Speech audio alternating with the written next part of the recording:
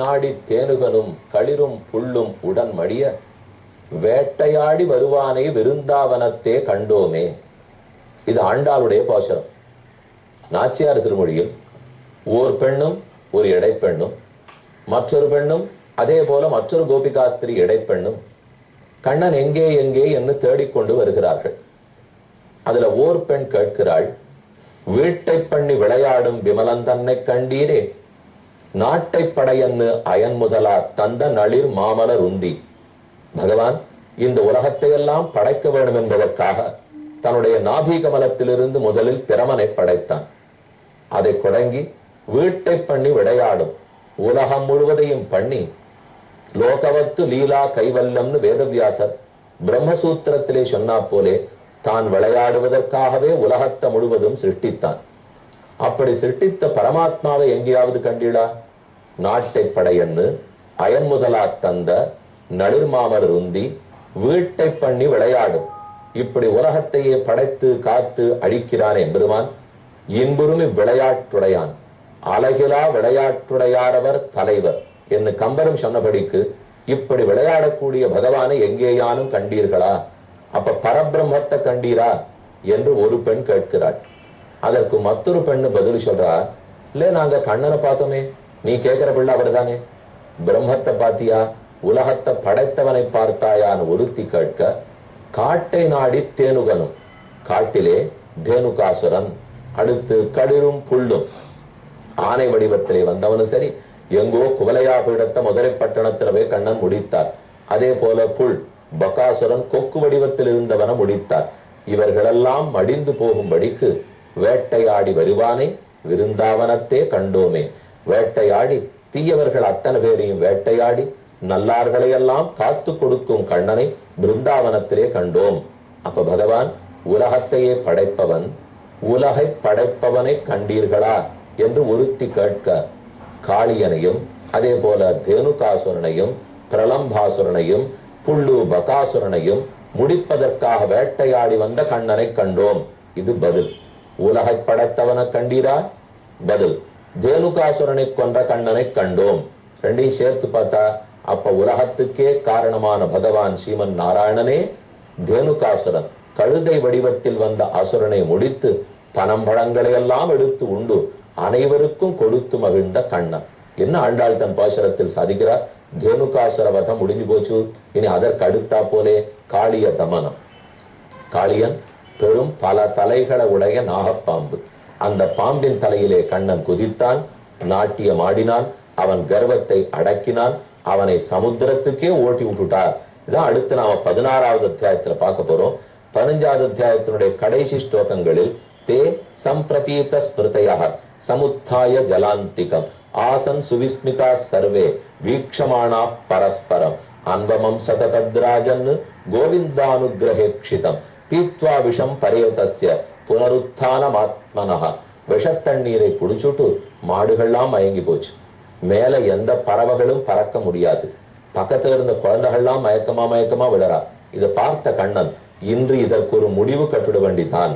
அடுத்த அத்தியாயத்துல சொல்றார், விலோக்கிய தூஷிதாம் கிருஷ்ணாம் கிருஷ்ண கிருஷ்ணகினா விபு தஸ்யா விசுத்தி மன்விச்சன் சர்ப்பம் தமுதவாசயத் கதமந்தர் ஜலேகாதே நெகிருண்ணாது பகவான் அகில். பெருமான் உடனே அந்த குளத்துக்குள்ளே நுழைந்தார்.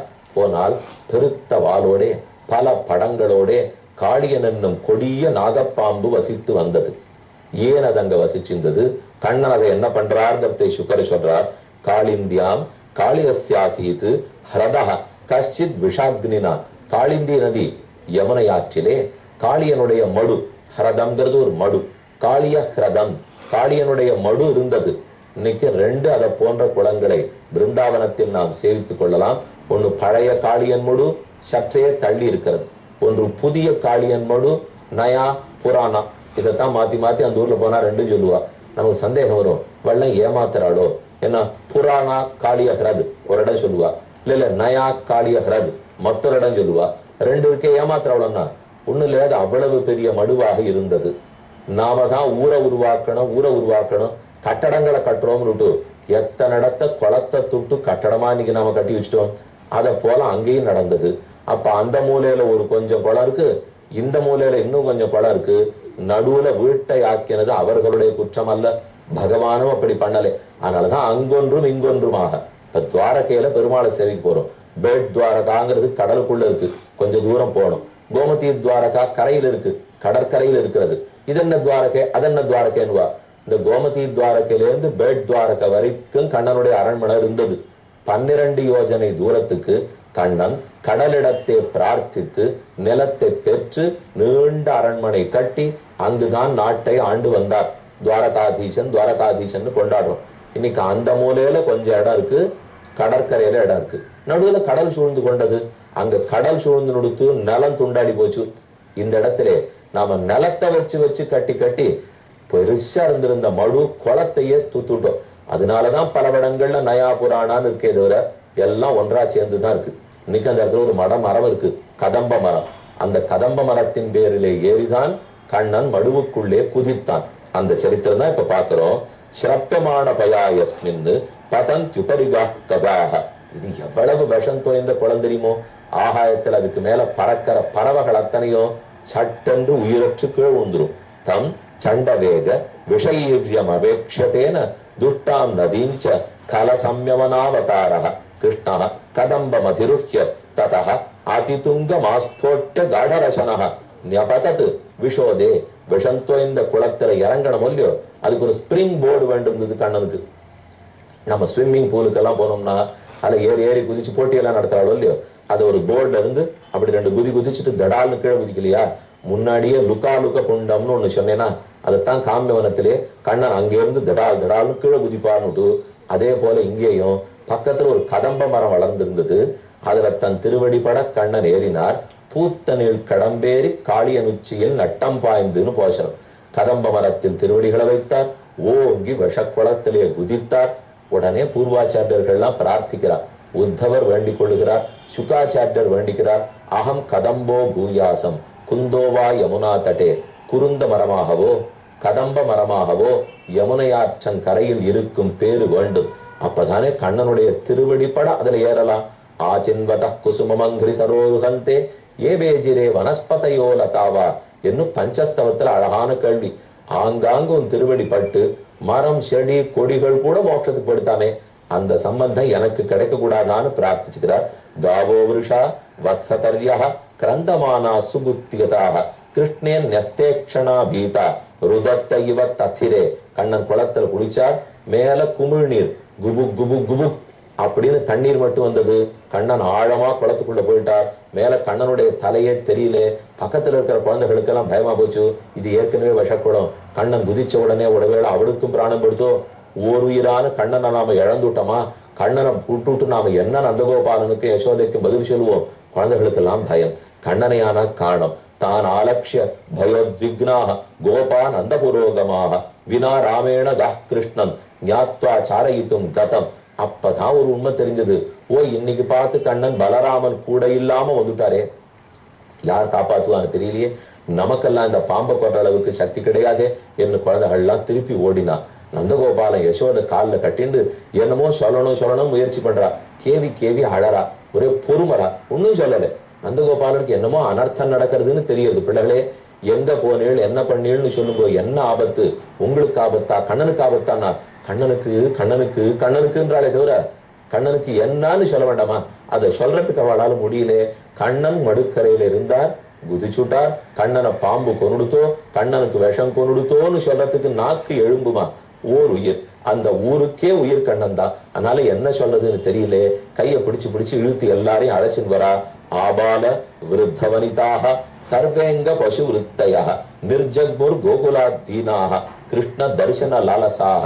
கண்ணனை காணோம்னுட்டு வராளா. வர்ற வழியிலேருந்து பார்க்கச்சேவே குளத்தங்கரையில கூட்டமா நிக்கிறதா. உள்ளே இருந்து குமிழ்கள் மட்டும் வந்துட்டே இருக்கா.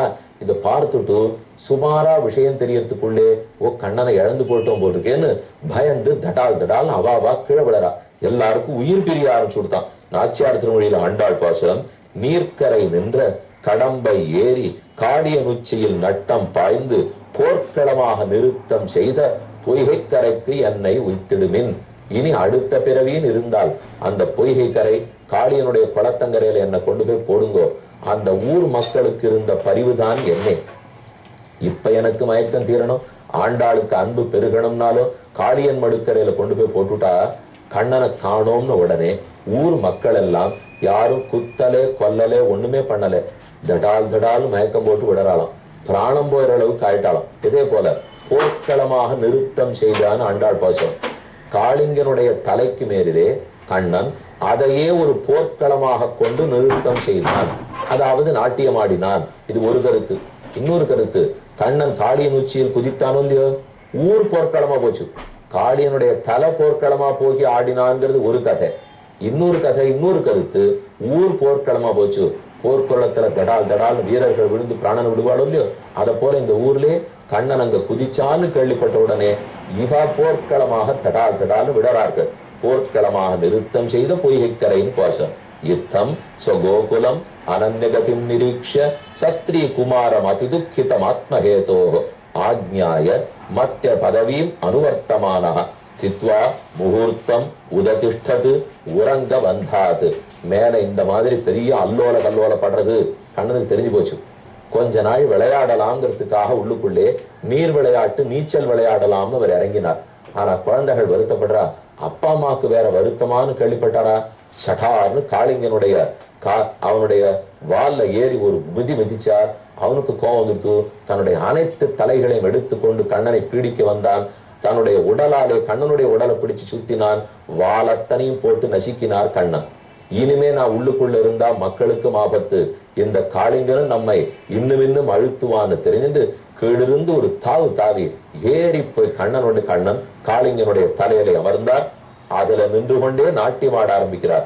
தம் நர்த்து முத்தியதம் அவேக்ஷ ததா ததிய கந்தர்வ சித்த சுர சாரண தேவபத்வ பிரீத்யா மிருதங்க பணவானக வாத்திய கீத புஷ்போபஹார நுதிபிஹி சஹசோபசேது. கண்ணன் இவனுடைய தலையில நாட்டியமாட ஆரம்பிச்சாரோ இல்லையோ, ஆகாசத்தில் இருக்கிற அப்சர ஸ்திரீகள் ரம்பா ஊர்வசி திலோத்தமா மேனகா சித்தர்கள் சாரணர்கள் அவள்லாம் மிருதங்க வாசிக்க ஆரம்பிச்சாலாம், யாழ் மீட்டுறதுக்கு ஆரம்பிச்சாலாம், சரியா தாளம் போடுறதுக்கு ஆரம்பிச்சாலாம். அவ போட போட கண்ணன் நின்னு ஆட ஆரம்பிச்சுட்டார். கண்ணன் ஆடுவது பல வகையான நாட்டியங்கள். ஒண்ணு ஊர்த்வ தாண்டவம், தலகீழ நின்று குட்டிக்கரணம் போட்டு ஆடுவார். இன்னொன்னுக்கு சாரி விருத்தம்னு பேர், இன்னொன்னுக்கு ஹல்லீசகம்னு பேர், மற்றொன்றுக்கு கோஷ்டி நிறுத்தம்னு பேர், இன்னொன்னுக்கு கொடக்கூத்துன்னு பேர், இன்னொன்னுக்கு குறைவு கூத்து ராசக்கிரீடைன்னு பேர். இது ஒன்னொன்னு எப்படிப்பட்டதுனால் நடுவுல கண்ணன் நின்னுப்பார், பல பெண்கள் கண்ணனை சுத்தி நின்னுப்பா. ஒத்தொத்தரும் தங்கள் கையிலிருந்து ஒரு ரிப்பன் மாதிரி ஒரு நீண்ட வரணத்தில் இருக்கிற ஒரு கயிறு அதை கண்ணனுடைய இடுப்புல கட்டுவா. எல்லாரும் சுத்தி சுத்தி ஆடுவா. அப்ப கண்ணனையே ஒரு வலை பின்னலாலே பின்னல் கோலாட்டம்னு சொல்றோம் இல்லையோ, கண்ணனை சுத்தி பின்னல் விட்டாப்புல முதல் 15 நிமிஷம் ஆடுவா. கண்ணன் அப்படியே கட்டுப்பட்டு நிற்பார். அடுத்த 15 நிமிஷம் தலைகீழ ஆன்டி கிளாக் வைஸ் ஆடுறதுக்கு ஆரம்பிப்பா. உடனே மொத்த பின்னலும் விடுபட்டு கண்ணன் சிரிச்சுட்டே வெளியில வந்துருவார். இது ஒன்று. இது ஒரு கண்ணன் பல கோபிகைகள் ஆடுறது. மற்றபடிக்கு எல்லாருமே சேர்ந்து ஆடுறது, அதுக்கு கோஷ்டி நாட்டியம்னு பேர். அதே இந்த காளிங்கனுடைய தலையிலே கண்ணன் எவ்வளவு அரித்மெட்டிக் எல்லாம் சொல்லி ஆடி இருக்காரு தெரியுமோ. முதல்ல இடது காலம் முதல் தலையில வச்சுப்பறான், அப்புறம் வலது காலம் 3ஆம் தலையில வைப்பறான், தாண்டி இடது காலம் 5ஆம் தலையில வைப்பறான், அப்புறம் வலது காலம் 7ஆம் தலையில வைப்பறான். இப்படி ஆடு நம்பர்ஸ் 1 3 5 7 9 11 இப்படியே மாத்தி மாத்தி வச்சு ஆடுறது. அதுக்கப்புறம் அந்த பகோடிக்கு போயிட்டு அங்கேருந்து திரும்பி வரச்சே 10 8 6 4 2 என்ன ஈவன் நம்பர்ஸா தலையில வச்சு ஆடின்னு வர்றது. அப்புறம் முதல் தலையில வைக்கிறது, 2 3 விட்டுட்டு 4ஆம் தலையில வைக்கிறது, 5 6 விட்டுட்டு 7ஆம் தலையில வைக்கிறது. இதை போல அவனுடைய தலையில் ஆடுகிறார்களோ இல்லையோ, இதுக்கு ஹல்லீசகம் சாரிய விருத்தம்னு பேர். இப்படி ஒன்னொன்னா அவனுடைய தலையிலே ஆட அவனுக்கு மெதுமெதுவே கர்வம் அடங்கித்து யத்யச்சிரஹ நனமதேங்க சதைக சீஷ்ண தத்தன்னு மமர்த கரதண்டதரோந்திரி பாதைஹி க்ஷீணாயுஷः பிரமத உல்பணம் ஆஸ்யதோ ஸ்ருங் நஸ்தோவமன் பரமகஷ்மல மாப நாகஹ. நாகப்பாம்பு எந்தெந்த தலை அவனுக்கு அடங்காமல் நிமிர்ந்ததோ அந்த தலையில் தன்னுடைய காலை வைத்து வைத்து அடக்கினான். யாரெல்லாம் அகங்கரித்து செருக்கினாலே தலையின் விருந்து கண்ணனுக்கு வணங்காமல் இருக்கிறார்களோ அவர்கள் ஒத்தொத்தரையும் தன் திருவடிகளாலேயே கண்ணன் அடக்குகிறார். கடைசியில் பிராணனுக்கு பயந்து விழி பிதுங்கி நாக்கிலிருந்து ரத்தமாக கக்கி போய் வேறு வழியற்று கைகூப்பினான் காளியன். அவனுடைய மனைவிமார்கள் ஓடி வந்தார்கள், நாத பத்னிகள். அவர்கள் கண்ணனை கைகூப்பின்னு பிரார்த்திக்கிறார். நியாயோகி தண்டக கிருத கில்பிஷேஸ்மின் தவாவதாரக கல நிகிரகாய, நீர் கொடுத்த தண்டனை நியாயம்தான். நீர் தீயார்களை அழிப்பதற்கும் நல்லார்களை காக்கவும் தானே அவதாரம் செய்தீர். அந்த விதயத்துல எங்களுடைய கணவன் குற்றம் புரிந்திருக்கிறான். ஊர் மக்களை விஷத்தாலே தீண்டினது தவறு. நீர் எங்களிடத்துல கோபிச்சுக்கிறீர். ஆனா ஒண்ணு எங்களுக்கு தெரியும், அந்த கோபமும் அருளே. பகவான் ஒரு நாளும் கோவித்து ஒத்தரையும் அழிச்சுடவே மாட்டார். அதுவும் ஒரு அருள் தானே. அதனாலதான் ஆண்டாள் சீதி அருளாதே இறைவா நீதாராய் பறை என்று பிரார்த்திக்கிறாள். கண்ணன் அந்த நாகபத்னிகளுக்கும் அனுகிரகித்தார். நாகப்பாம்பு வடிவத்தில் இருந்த அவனுக்கு ஏதோ ஆணையிட போகிறார். ஊர் மக்கள் அத்தனை பேரும் கண்ணன் நாட்டியம் ஆடுறதை பார்த்துட்டு ஒரு நிமிஷம் இது பாம்பு, இது காளியன் மடு, கண்ணனுக்கு என்னாச்சோ மறந்து போய் நாட்டியம் ரொம்ப நன்னா இருக்கே, இதை போல புது புது விதமான நாட்டியத்தை நாங்கள்லாம் சேவிச்சதே கிடையாது என்று தங்களை மறந்து அனுபவித்துக் கொண்டிருந்தார்களாம். இன்று முழுவதும் அனுபவிக்கட்டும். மேலே கதையின் தொடர்ச்சியை நாளை பார்ப்போம்.